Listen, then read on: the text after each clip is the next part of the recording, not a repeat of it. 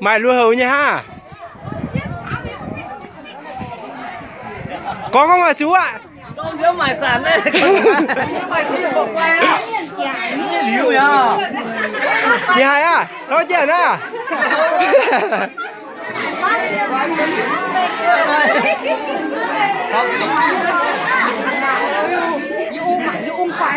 Chắc thằng Phương quay không chia con được.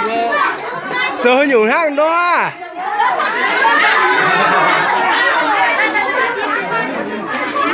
Dưới nhá. Chú chơi mì tổ sâu hả?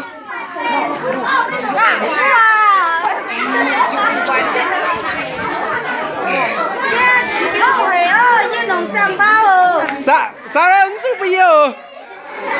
Đây là mới được nhẹ chiên chiên con tháo. Đẹp trai. Còn cái nào vừa mình mặc không nhỉ? Bộ kia ai nhặt hết rồi? Tôi nhặt rồi. Ông mặc không, tôi mặc không tặng quần. Ok, tặng. Thì ta nhặt cái quần này, quần mày hàng ôi. Nhưng mà cái này rộng quá, tớ mà không vừa đâu.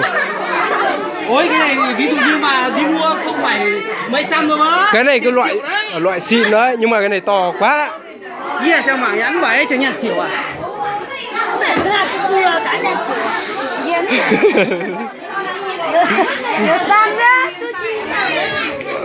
Ôi quay à.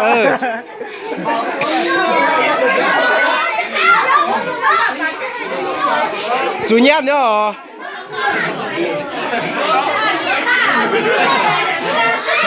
Ồ, cho tôi chạm nhở. Đây, chú đi anh nhỉ? chú y chín kho cước. Quay yến tôi đi bữa nào cho liều mẹ. Liều à? Hôm nay có được xem. Chú tụ. Đúng rồi, chú nhất à? Lao động. Chú đi chơi nào? Nhà mới là nhụ đi nhà gì hả? Hả? Vô đáo à? Nay xến tặng được bữa chuông hẻ na đi bữa nay chân chơi tập buông na hùng cha pun tê lùi hầu tay pun miền múa tỏi chuông nó máy cáo chu nó hùng cha pun tay à tao lồng bữa chia nó cho bữa chia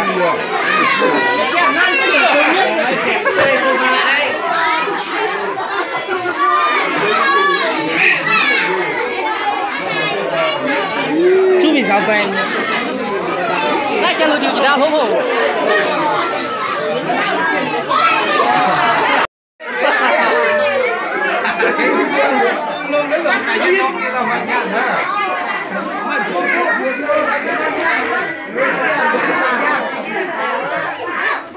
tôi nhà đây ở bên là có như rằng nữa nhà này vừa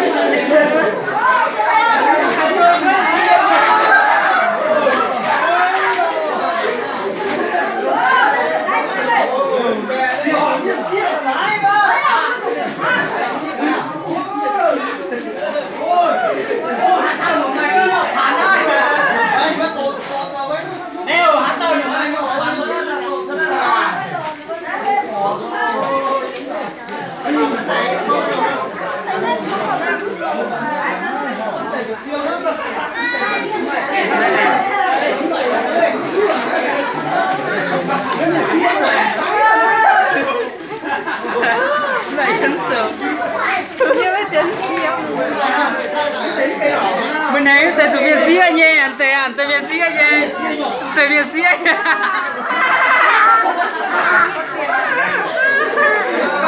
quay làm gì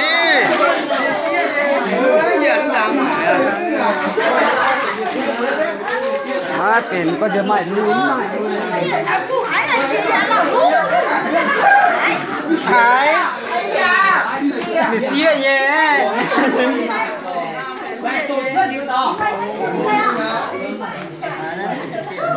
ô nhưng mà như có vàng lót thì ai chơi về cọt xa bên phải thẳng vậy là ra hướng là nhiều lại có tình người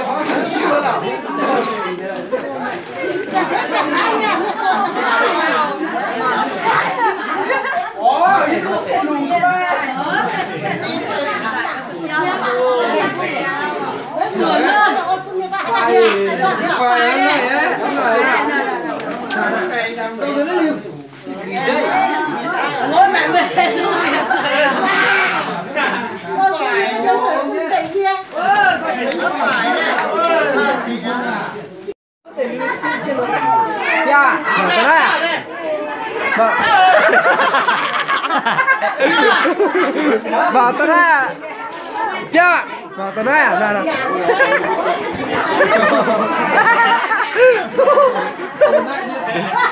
của bác là cà phê đấy nhé biết rồi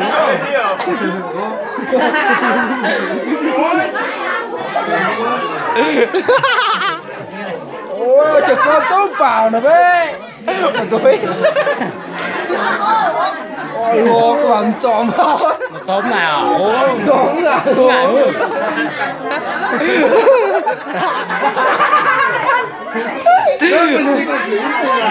nặng hay chua riêng chua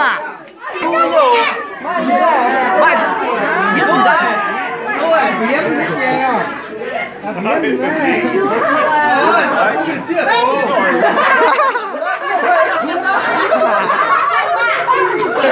biết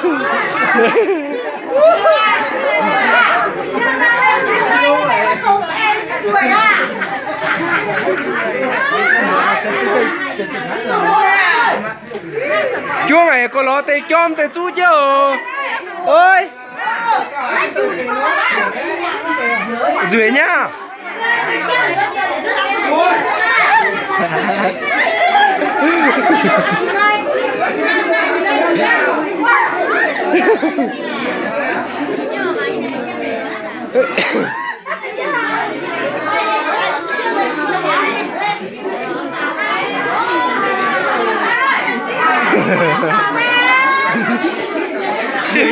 Rùi à anh thấy có mến rùi ở bây giờ bà anh thấy bên chú nhà anh thấy à nói ta đuổi điện mà tôi đã chuyển được nghe là tìm bác chiến trời